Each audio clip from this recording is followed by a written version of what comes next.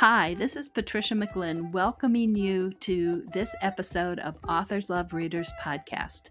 I'm your host, but the stars are the authors who come and visit us here. We always have more material to cover than we can get in any individual show. So we're going to give you some compilations of all the wonderful material that has had to be on the cutting room floor, temporarily anyhow. Thanks to the wizardry of our editor, Dylan, we are able to give this to you in a new form. I really hope you enjoy it.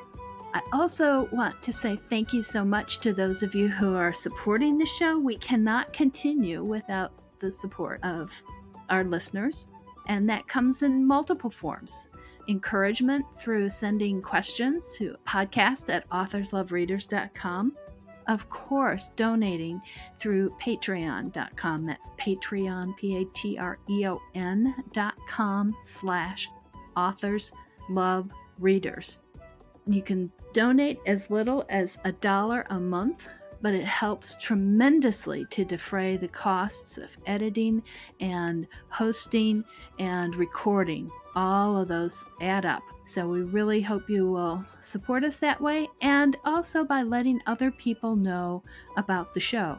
Of course, that's word of mouth, where you tell the people you know about the show, but also you can do that and spread the word to people you don't know by writing reviews and giving us ratings on the various sites where you listen to the show. All of those are so greatly appreciated, and we hope that the show can continue with your wonderful support.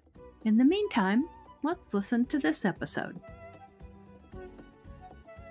In addition to what you heard on the main episode with Jeff Carson, this mystery writer who specializes in the West also got into discussing how favorite tastes become a writing staple, and how Jeff learned to love stories through what were then books on tape.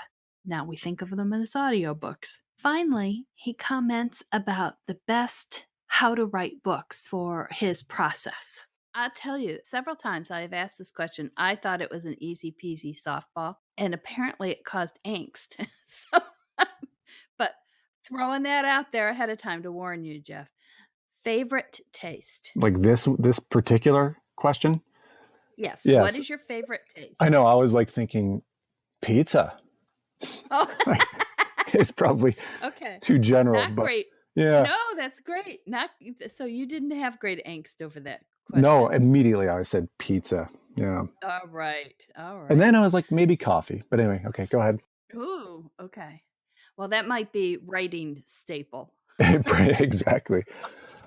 Do you have a childhood book that you can look at? Oh. You can say, this is the one that turned me on to stories. Oh, man. Yeah, I kind of balked at this one. Yeah, because so many of us writers do. I don't know, because I just know that I even wrote this in my description on, Author Central of myself, or my bio. Is like, it was just, we used to go to Idaho, and my dad would always get booked, CDs or book, whatever they were back then. CDs. Oh, yeah. Yeah. And so we could, tape? Yeah, because it would take like 13 or 14 hours to get there. And we would listen to like Agatha Christie, Hercule Poirot type of stuff. And just because he always liked that. And so, I'd get into it. And anyway, that's what we listened to. And I think that, and then we did like Clive Cussler's and stuff like that. Like when me and my brother were driving together without him, we'd be like, all right, let's get like a Dirk Pitt or something. We thought that was the coolest one ever, the coolest ones. So yeah, I don't know. It was just like audiobooks that really. So have you brought your books out in audio? Yes, I have. Yeah. Oh, that's great. Yeah. Yeah, I knew right from the beginning that was like the dream, to have audiobooks out there with my books, because it was such a big part of me growing up. So yeah. That's terrific. I love audiobooks for road trips. Yeah. It's harder when you're in town and you have to keep stopping and starting, and it's not good to sit in the parking lot with the car running so you can hear the end of the chapter. Exactly. You're wondering, am I getting carbon monoxide poisoning right now? Yeah. That happened to me this morning, but yeah, okay. before you started writing, did you have stories that you didn't like the ending of, or you didn't like some portion of, that you, other people's stories that you're consuming as TV or movies or books, that you mentally or actually sat down and rewrote? No, I've never done that. No. Okay. But the first like story that came to my mind, and it was actually mentioned in like a how to write book, was like the Abyss. Have you ever seen that movie? Oh, I've probably seen it. I've probably seen it all together, but in parts. Okay, yeah. Anyway, there's like a scene in the middle where, anyway, he has to like revive his ex-wife who drowns, and he can't like revive her, and it's like the most gripping scene ever. And then she finally gets revived, and it's just like, oh my God, that was so powerful. And then like the ending of the book or the ending of the movie is kind of like a letdown from that point on. Do you know what I mean? Oh, Because okay. it climaxed too early, I guess, or something. Yeah. Oh, that's interesting. That was in a how to Yeah. write book. I can't remember which one it was, but. Do you have a favorite how to write book? Oh, wow. No. Yeah, maybe there's one called The Successful Novelist, and it was by, and I can't think of his name now, the guy who wrote Rambo. Oh, David. I'm just going to let you think. Go. No, I can't think of his name. I know it. Morrell. Yes, exactly. Yes. Okay. Yeah. Nice. And I remember that was just the one that really caught my attention when we were in Italy. And I sat there and listened to his book, I think twice in a row, and just was so enamored by that one. I've heard him at several conferences, and he's very down to earth. And, so I have not read that one. I will have to check it. Yeah. I'm not sure if I'd be so interested in it now, or if it was just at the beginning of my career. Do you know what I mean? But it spoke to me somehow. So that's terrific. Yeah. The one I go back to over and over is called Making a Good Script Great. Oh. And I was interested because you mentioned The Abyss, and a lot of times those script writing books, I think, can really help novelists too. Yeah. For me, making a good script great is wonderful because it comes back to structure. Yeah. And which is, I come to structure late in my process. And this really helps that. Rebecca Forster talks about how she finds catalysts for stories everywhere. It can be a person, it can be a place, or a combination of those. So take a listen. This is really interesting. Those catalysts help her make her stories feel real. Then we also discuss the difference between journey and destination books, a distinction that I like to make a lot. When bad stuff is happening, I've been known to say, I can use this in a book someday. Are you kidding? Oh man, if I ever write a book about a mother who stands on, glass for 2 years, I tell you, it'll be the real thing. I use everything in a book, and I know you do too. Every person you meet, every experience you have at one point or another comes back to create either a poignant moment or an exciting moment. Yeah. But don't you think that's what our jobs are about, is sort of observing everything around us? Yeah. And then recycling. So they don't come out exactly as they happened or as you saw them. It's all sort of blended together. But it gives, I think it gives readers and certainly authors also, as we write, a great exploration of different points of view as our characters look at a similar situation and have different points of view. I know sometimes I'm writing and I'm thinking, is this really what I believe, what's coming out of this character's mouth? And sometimes yes, and sometimes no, but it's sort of like this internal dialogue as we write. And my best days are when a reader will write and say, gee, I'd never thought about it that way, or is this real? I love the is this real? And then I can say, yes, it is real. Here are some links. Go check it out. Now, what sort of topics do you get that reaction on?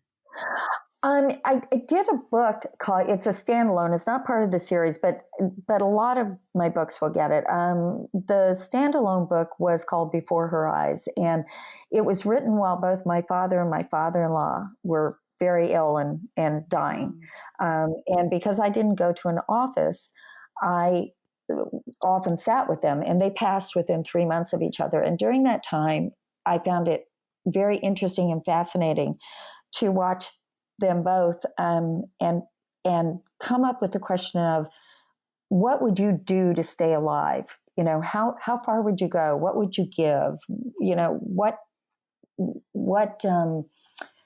would you do something bad in order to survive? And so I used that as the theme for Before Her Eyes. And I know book clubs like that a lot because they can discuss each character's input into what they do to stay alive, both physically and kind of psychologically and spiritually. And that was an interesting book. But other ones like Expert Witness, how much is your reputation worth to you? Forgotten Witness, Josie, my main character in that, finally finds her mother, and what has taken her mother away is absolutely horrendous. And who do you rage at if it really, wasn't her fault? And so each book, I really try to get something that is personally controversial. So in the first book of the Witness series, Hostile Witness, that was inspired by a case my husband had. And he had one of the first cases where juveniles were tried as an adult. And he came home and he said, I had to sentence a 16-year-old boy to men's prison today. And I know it's a death sentence. And I thought, what do I think about this? Do I think chronologically young people should be tried as adults? And, in the real world, this kid had killed 3 people. So it's interesting to especially be with book groups and have people talk about these things. And sometimes I'm so surprised. I think my point of view is exactly spot on, and I'll find out that I'm in a minority. So it's very interesting. That is fascinating. Well, that brings me to, I think of books as either journey books or destination books. And and movies the same way. And a lot like Sixth Sense to me is a destination book. Well, but see, I can't imagine it's a spoiler for anybody out there now. When he gets shot, the camera pulls away from him, and first time I saw it, I said aloud, "He's dead," and I had it. You are so good, because I saw that only after I'd watched it again and knew that. But you are great. That was a tough one. But you are gifted. And I love that movie. What a great example. So why is this a destination? Because once you know that, how many more times? Oh, it's how you get there. No, that's a journey. Where a journey movie or journey story is one that you enjoy the journey so much that you will go back on it again and again. Oh, interesting. It's a Wonderful Life. You know how it turns out. Oh yeah. And nobody can help themselves. If they can, they're Grinches. Yeah. It comes on and you just, okay, there you are. You're going to watch it again. Yeah. Yeah. And I tend to like journey more than destination. I think mine are more journey. I'm thinking back, I've got a lot of them. And yeah, mine are definitely journey, because I don't think, I usually don't start with a prologue or anything that is a foreshadowing so early. It's always one foot in front of the other, and then the path becomes crooked, and then the path falls away, and you have to jump over, the chasm. So that's definitely a journey, but it always starts out with that one foot and then twists and turns. And I really treasure people who, will say, you have so many twists and turns, and I was surprised at the end. Don't you find that to be one of the most satisfying things, is when people are surprised or say, I never saw it coming? That is super cool. It is. It's also, it always worries me when I'm writing. Am I hiding this well enough? Or too much. Yeah. Or too much. Yeah. Like, have I not revealed, is are my red herrings so obscure that people will get to the end and go, what is she talking about? Yeah, I love the idea of the Easter eggs, that you put things in and Yep. they're not necessarily integral to the story, but there's just something a little there, and a really careful reader is going to pick it up. Yeah. Oh, yeah.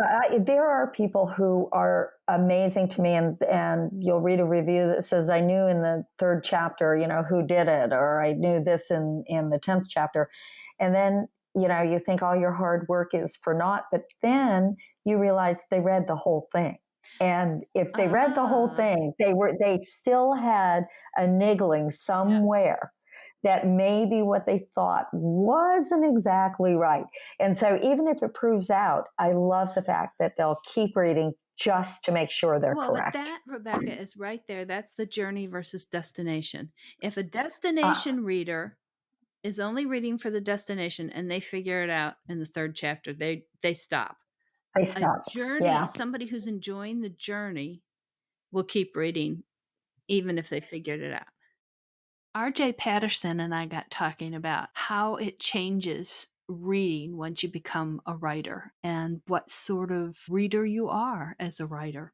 Also, he talks about growing as a novel writer. It's one of the great things about our business. We can always learn more. So when you started writing, say when you got your first book out, did that change how you viewed both your writing and reading? A little bit. I mean, I written probably before I wrote my first fiction book. I'd either ghostwritten or co-written about 18 books with different people in the nonfiction world. So I had kind of a little bit of, but that was a little different for me. That was kind of almost like journalism in some way. It's just more factual type writing. But the fiction, yes, it did. It changed the way that I would read things, because I started reading things. I'm like, oh, that's a great way of presenting the story, or that's how he does this twist, or whoever I was reading at the time. I just was, kind of reading their writing in a different way. And sometimes like if I really want to read something just for pleasure, I almost have to read outside of my genre where I just don't care. Like probably my favorite author that I read now regularly, anything he puts out, is Matthew Pearl. And he writes literary fiction. So it's a very interesting niche that I don't think anybody else has ever cornered. But he'll write about Edgar Allan Poe, the mystery of Edgar Allan Poe's death through the eyes of different people. He writes, there's a book called The Last Buccaneer, where he writes about people going to get Robert Louis Stevenson's last novel. As he's dying on the island, and these guys, what a buccaneer would do is basically they were pirating books back in the day before all these copyright laws. So it was, I mean, these things were fascinating. So he writes these novels, and when I read them, I don't have to, I'm not reading them going, oh, like, what is Lee Child doing here? Or what is, whoever, Vince Flynn, what did Vince Flynn do in this novel, or Tom Clancy or whoever, which is more like the stuff that I write. But it's no, let me just read this and just soak it in and enjoy it. So in some ways, it's changed the way that I read within my own genre. Yes, I guess. Yeah. Did it change anything, because you were multi-published in nonfiction books? Did publishing that first fiction book change anything, or have you evolved as a fiction writer since you published it? Oh, I hope so. No, I mean, I think that when I first started, I think I did it because I didn't know if I could do it. It was one of those things where, well, I've written, thousands and thousands of words, and written hundreds and hundreds of articles for, all kinds of different publications. I always loved magazine style writing. It's always my favorite. And I didn't really know how to make that jump when I was getting out of college. I didn't know, how could I just go write for Sports Illustrated? Like, I was just so entrenched in, I'm a newspaper guy, I want to cover a beat. And that was, my thinking at the time, at least the way that I, approached it, trying to go after my career. But what I really loved was my magazine journalism class. I adored it. It's like, this is the best thing I've ever done, just writing the style. It's like, I feel like I'm writing like I want to write, And so I think when I started doing it for a book, I used to always look at books and go, that's so daunting to make up a story that long. Like I can't do that and have interesting characters and people would want to keep reading it. I mean, this is absurd. I can never do that. I write 600 word articles at the most, but when I tried it, I just found, I don't know, it was like this great joy stirred within me, but I was like, I can do this. And then I started to, my confidence level went up, and it took me a long time to write the first one. I mean, it's long, at least for me, it took me 9 months to write it. And now I can write, as fast as I write, I can easily put together a book in a month. So it's, and how much time before that are you spending on research and outlining? Well, for the series, I'll take, a month to do research, just the basic research of it. But each book is probably a couple of weeks before I actually start writing, and a lot of that. So it's, that's probably about where it falls, some of the series that I'm in, I can be, maybe I can plot everything out in maybe 3 or 4 days. I have everything ready to go. But that's in a series into a series that I'm very well acquainted with all the characters and everything like that. Yeah, you're faster than I am. I used to be faster. I've gotten slower as I've gotten older. Sorry to tell you that. That may not be your fate, but it has been mine. Maybe I just get distracted more readily. Well, I think it does depend on what you're writing, as far as the speed. I mean, when I have to do more research, I am writing right now I'm writing a series that's going to be under a completely different pen name and genre, based off of the life of Richard Halliburton, the famous travel writer and adventurer explorer from the 1920s and 30s. And that is taking me a lot longer than my normal speed because of all the research. And then I actually have his writings and trying to match up, on this adventure story, where he's at, in what cities, and what people are wearing, and what people are doing and eating and doing, and are they driving on dirt roads or gravel roads or paved or whatever.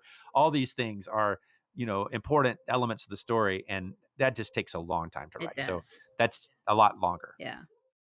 In her inimitable fashion, Jennifer Stevenson talks with us a little more about stories that take a long time to come, about her writing process and sort of schedule. Do you end up with books that that you put aside, or stories that you put aside, unpublished or half finished, or just ideas that didn't gel? Well, I've got a lot of stories that I've have started and not done because I didn't get very far. But right now, I'm trying to write the 6th book in the Hinky Chicago series, which was my first series. Okay, so that was the one that I published it to New York. Yeah, and then that series ended, sort of. But New York decided they didn't want to finish reading it because that's a long story. They started it as a fantasy series, and then in the middle of the series they said, oh no, let's make it a romance series because it's got romance in it. They changed all the marketing, and then we're going to end the series here on book 3. And I said, but we were talking about making this an 8-book series, and no, we're going to end it here at book 3. So at least I knew that in advance, and I could kind of wrap it up at the end of book 3. But I still had more stories, so I was able to plan to finish the book series pretty much in 3 more books. But it took me a lot longer to get there because I didn't own those books. I didn't get the rights back to those first 3 books for a long time.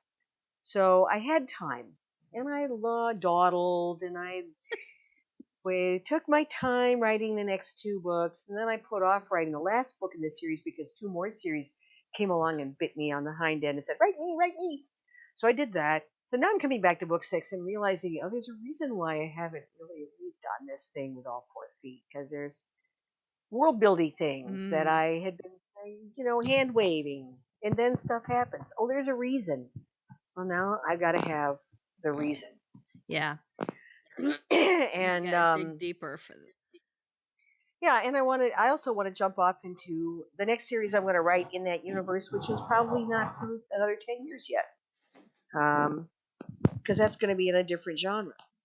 All the series that I've done that have been fantasy have been connected, very, very teeny, like paper dolls, by the tips of their fingertip, just at the fingertip. That's fun. In a Yeah, it's stupid sort of way. Yeah, if I'd planned it, it would have been better. I mean, I I think think it's we fun. meet these people who have written a 30-book series, and they know what they're doing, and they've got legions of fans who are keeping track of all the details, so they can they just put out on their Facebook page. When I wrote that book back in 5 years ago, what was what was that guy's name, and what was his job again? And there's 18 fans ready to jump out and tell Oh, them. that would be good because Isn't that nice? yeah, a lot of writers talk about having a series Bible, and I'm like, I carry it in You my don't have one? head. How long is your longest series? Well, if you include prequels that have worked into them, then I have a couple that are 9 books each. 9 is long. And then I have my mystery series is 7 books, that Caught Dead in Wyoming mystery series, because I'm starting 2 other mystery series too. Is 7 books, but I'm projecting it at around 12, I think. It's going to be interesting. That's going to cover the character arc for the main character. Whether there'll be mysteries after You mean that or his not backstory? will be up. You mean his backstory? Main character's backstory? No, well, some pieces of the backstory come in, but this character starts at a she she wouldn't be one of your succubuses, but a succubi. She would, but she was at a very crossroads in her life when it starts, and so she's making decisions and working on relationships, which makes it sound so solemn, and it's not. It takes the murder really seriously, but her life, she's kind of a smart aleck, and so I like smart Alex. yeah, I know you do. What sort of routine do you have, or don't you, for your writing? I work best under deadline, so that means get your butt in the chair, and any time of day is a good day to work when I'm under deadline. The morning is my best time for doing the hard stuff because I'm closer to sleeping. When I'm asleep, if I have a big literary writing problem, I'll go to sleep thinking to myself, how do I solve this problem? What am I going to do? And when I wake up in the morning, it's the first thing I think about was the problem that I was thinking about when I went to sleep. Even when I was a little kid making up stories, I would make up stories when I went to, I'd be sent to bed too early, right? And I'd be making up stories until I fell asleep. And I'd wake up and I would remember where I left off. For that, and even if I didn't have time to think about it in the morning, the next night when I went to bed, I remember exactly where I left off in the story. And I could pick up the emotion. I'd be in this big, intense emotional moment in the story, and I could suddenly, I'd say, okay, what story was I doing? Oh, yeah, that one. And boom, I'm feeling the emotions that I was feeling when I left off, when I dropped off to sleep. And this makes it easy for morning to be a problem-solving time because you're in that hypnagogic state where things are a lot easier, and you have access to instead of that 4 o'clock in the afternoon, this is never going to work time of day. It's this, oh, this is easy. I can reach in and use all my unconscious. How about where you write? One of the readers wants to know if you have a favorite place and why that's your favorite place, and does it have an inspirational view? No view because I don't get any work done if I'm looking at things. The best place is away from my email and away from my refrigerator. Oh. So I'm drafting, and that's the fun part of writing when you know what you're going to write next, and you're zooming along, and words come out of you right on time when you reach for them. So that means getting the heck away from the fridge and going to a coffee shop or a museum or basically anywhere that's not by my email or my refrigerator. Laura Durham talking about the fun times in writing, also about moving on from traditional publishing to indie publishing, and then how she keeps a writing schedule and even more than a schedule, a pattern that works for her. So do you find that some books are easier to write than others? Do you have some that have just been a joy? There are some. I loved writing Groomed for Murder. And that was, I think, number 8. And that was because I had a lot of drag queens in it. And I loved researching drag queen names. It was the most fun. I just sat there giggling. And then I got to use a lot of them in the book. And it was just the most fun. I personally think drag queens are awesome and hilarious. And so I really enjoyed that one. I had characters named Hedda Lettuce, exactly, Pat Dry, and Tequila Mockingbird. So they're just great. I mean, you just can't they're just great names. So that one actually was really fun because I feel like I got to put in a lot of new, fun, really dramatic characters, without it being there really are drag queens named Hedda Lettuce, and so it wasn't like I was making up something that just didn't exist. So there is just a certain level of hilarious drama when you pull certain things into books. That's wonderful. I think I just want to keep using the character's name over and over and over. Oh dear. So from your first book, publishing your first book, can you see that you've evolved or changed as a writer? Did it affect your process in any way? I mean, certainly getting published, and then because I was with a traditional publisher for the first 3 books, and they put you on the schedule. And at the time, I thought I liked the schedule, and so I liked the different things that we do at different times. And so it kind of sped up my process because, like most people with the first novel, I'd spend a lot of time on the first novel, and then I had to speed up for the second and the third. And so that kind of helped me. But then I chafed a little bit because there was such a delay. I would write a book and turn it in. It would be a year, and then it would be published. So, as you're familiar with that, by the time it came out, sometimes I'd be like, "What happened in it? I need to reread it." It's been so long. So I learned kind of to work on a schedule and to work a little faster. But then I got my rights back and then brought the books out, and now I can do it a lot faster on my time frame. And that has been helpful to learn how to write even faster and not to be confined to someone else's publishing schedule.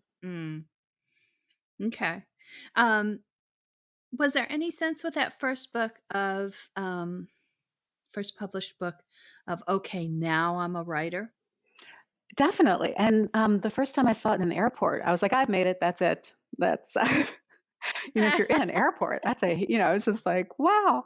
So there's certain different things that became real, like made it feel real, getting author copies, seeing it in a bookstore, those type of things. So it did feel real.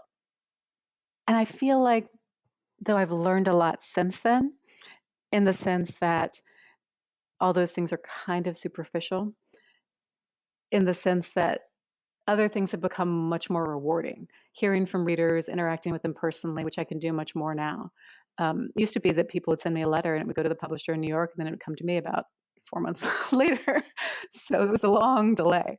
And I really like the fact that people shoot me emails now. Well, we talked a little bit about how your first books and selling them traditionally got you onto a schedule.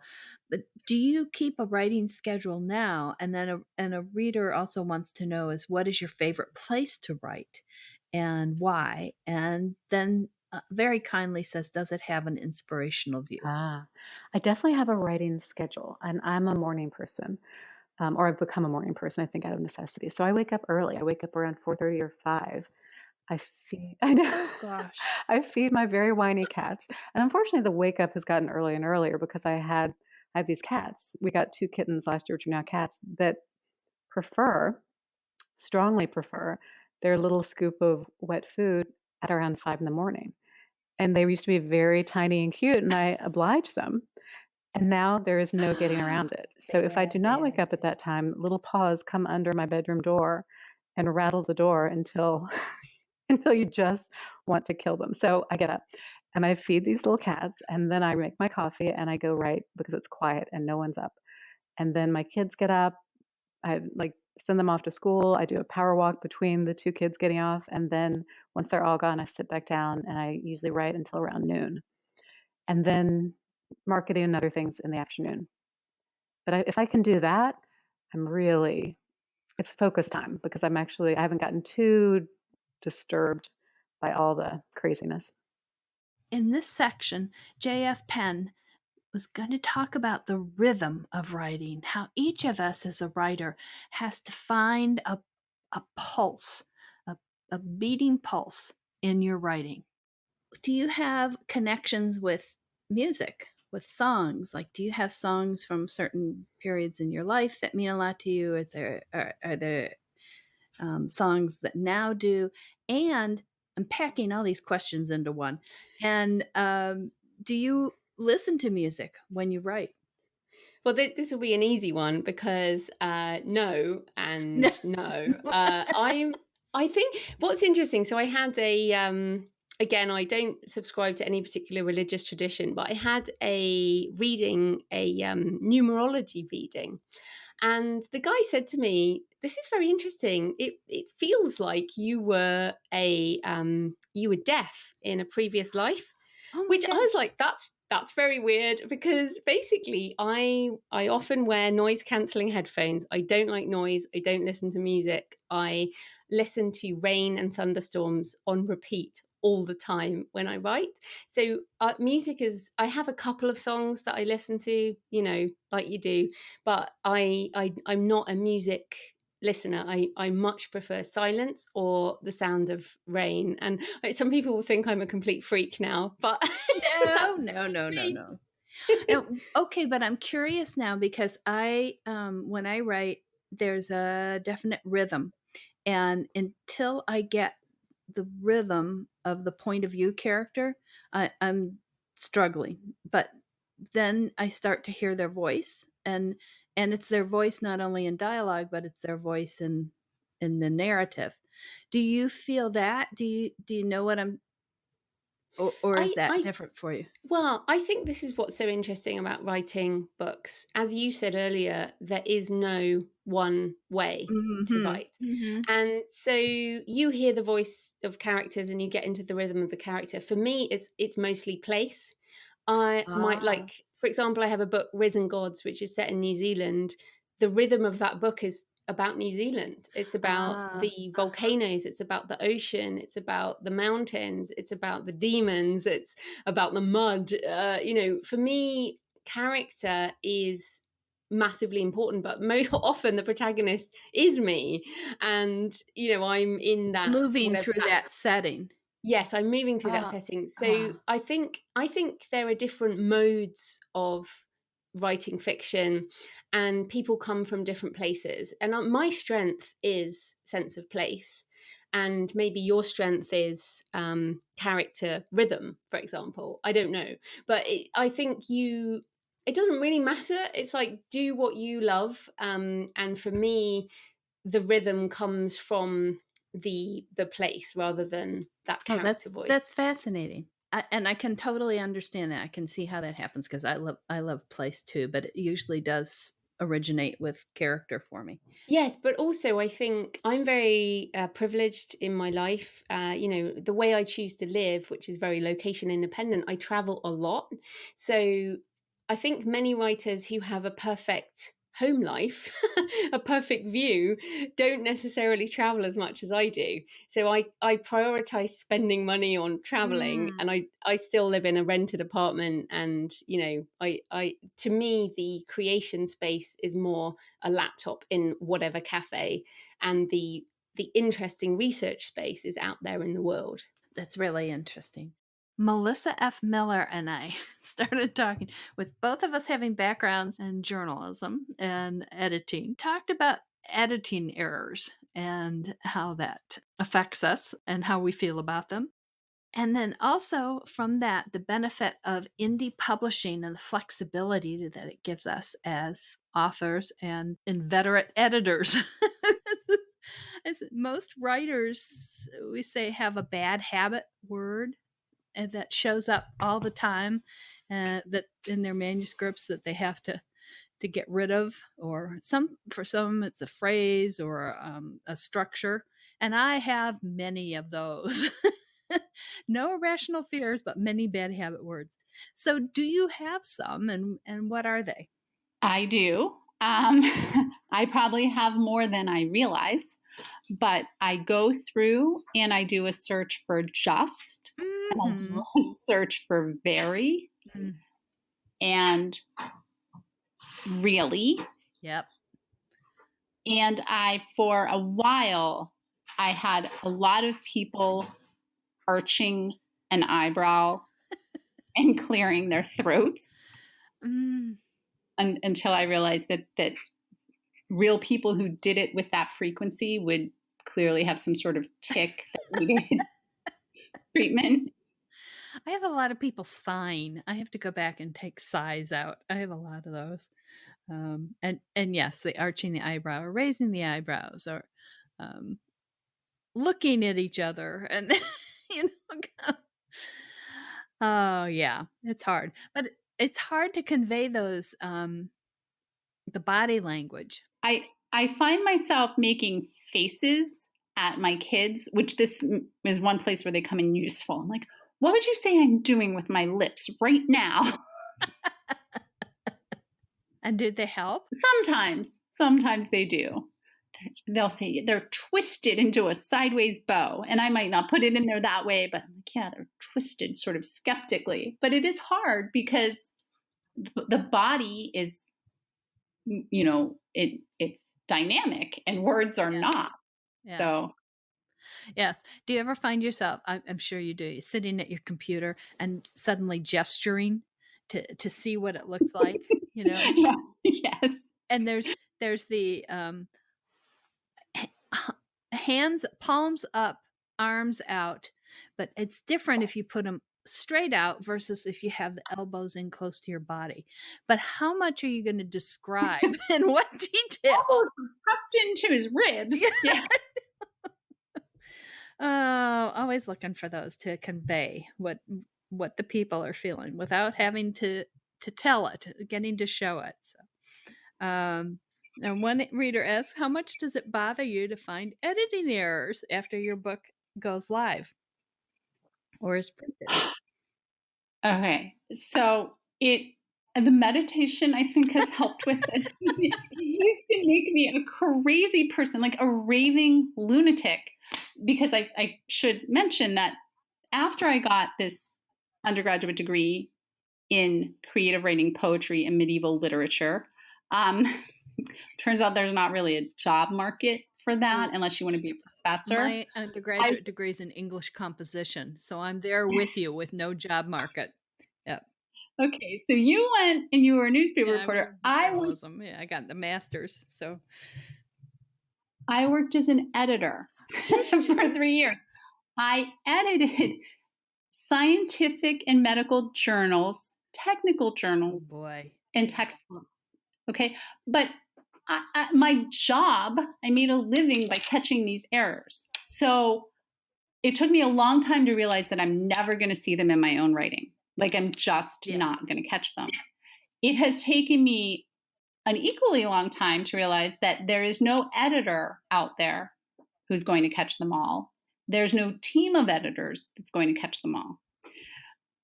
I finally relaxed about a little bit after I had the books that were traditionally published, and one of my editors read it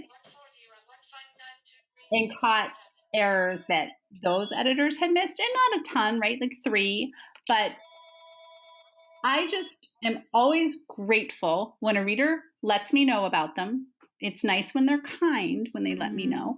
But if I can fix it. That is the beauty of indie publishing. Isn't it terrific? And I just get in there and I fix it, and it's not an error anymore. But now I'm going to tell you something I've never told. Well, my husband knows. I have an error in one of my books that I left on purpose because I have a character who has a male calico cat. I had, at one point, a male calico cat. It's apparently very, very rare. They're always female. And it may be that my Spice was not actually a calico, that he was misidentified. But I never knew until a reader emailed me and said, the judge's cat cannot be a male calico because there are no male calicos. And I thought, well, isn't that interesting? So I emailed her back and we started chatting. And I said, but I had a male calico. Well, I leave it in there because the only people who are going to contact me about it are these wonderful cat people who have calicos, and we can have a chat. Nicole Jordan tells us about her experiences with publishers, good and bad, and allowing her both to control the cover, having input on her covers, but forgetting copy edits. How do you feel if the cover image doesn't match the description of the character or characters? And then the other part of it is if you find mistakes after the book is out. Oh, yeah. I used to be, well, let me start over.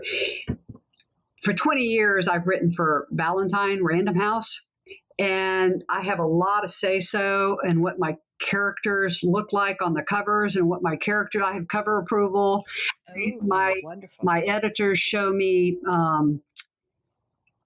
photo shoots, and they give me choices of 20 different poses, and I suggest poses. I tell them what the synopsis is. I give them the story. I do hair color, all that stuff, but whether it's serious, and I suggest poses.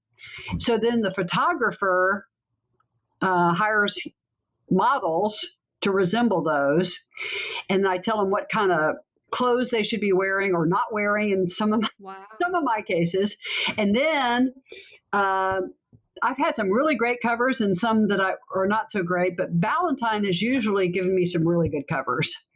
And I really fought hard for my very first New York Times bestseller cover, and I'm so glad I did, because I think the cover was a main reason it made the Times list for the first time, for my first time. You're very fortunate to have that. That was with a different publisher, and my editor went to bat for that because they didn't want to have the title, they didn't want to have the cover, but I really, expressed a strong interest, and she went to bat for me, and bless her. Wow. And how about mistakes? You're going to tell me you never find any after? No. My very first publisher, I think it was my second book. I'd gone through the proofreading process and the copy editing process. They took none of those corrections at all. So the book was published with nothing that I had, they ignored my input completely. So after that, it was just like, okay, I hope my publisher, I've had 4 different publishers, but I hope my publisher will at least correct typos. But then I guess on The Seduction, for example, I got a wonderful is too strong a word, but I got a very apologetic letter from the production manager saying, we forgot to input these copy edits, and we'll correct them on the next edition. Well, it turns out I had my heroine drop a handkerchief, and the hero handed back a glove. And some readers caught that. I didn't catch it, or maybe I did catch it, and that was one of the mistakes that the copy editor, the production manager just had failed to put in before production. But that taught me to laugh it off. Another huge thank you to all these authors for being on the show. As a special treat, here are some tips from the writers themselves. These are of great benefit to any aspiring writers out there, but I think also for the readers, they could be of tremendous interest. Enjoy. Speaking as Jennifer Stevenson, author of 17 novels in the last 14 years, my advice to new writers starting out is write fast. I should have more than 17 novels in the last 14 years. You can do better, and you'll make a lot more money. I'm Jeff Carson, and I'm an author who loves readers. Just change the part of the plot that is causing all the trouble. It sounds so basic, but just change it because you can. Sometimes I feel like I've written myself into a cage, and I'm like, there's no way out. Well, you could just change something. I'm Laura Durham, and my writing tip for aspiring writers is to keep writing. Write every day, write a little bit, write in snatches here and there when you can. Just keep writing. This is Rebecca Forster, and my writing tip is get out from behind your desk Go into your community. There are tons of things you can find to help in your research to make your book just shine. I'm RJ Patterson, and my writing tip would be the one that Stuart Woods gave me, a fellow University of Georgia alum, and he told me to write every day. And that is something I do, even if it's just a small amount, to continue to hone your craft, to make sure that you do it, practice it like anything else you would that you want to get great at. You need to do it every day. I'm thriller author J.F. Penn, and my writing tip is to get out your calendar and schedule your writing time, and then turn up for that appointment. Take it as seriously as any other appointment you've made in your calendar, and then sit down and use that time for writing. And if you do that regularly enough, you will have a book. I'm Melissa F. Miller, and my tip is don't get it right, get it written. I'm Nicole Jordan, and my writing tip of the day is write what you love to read, but also what other readers are going to love to read.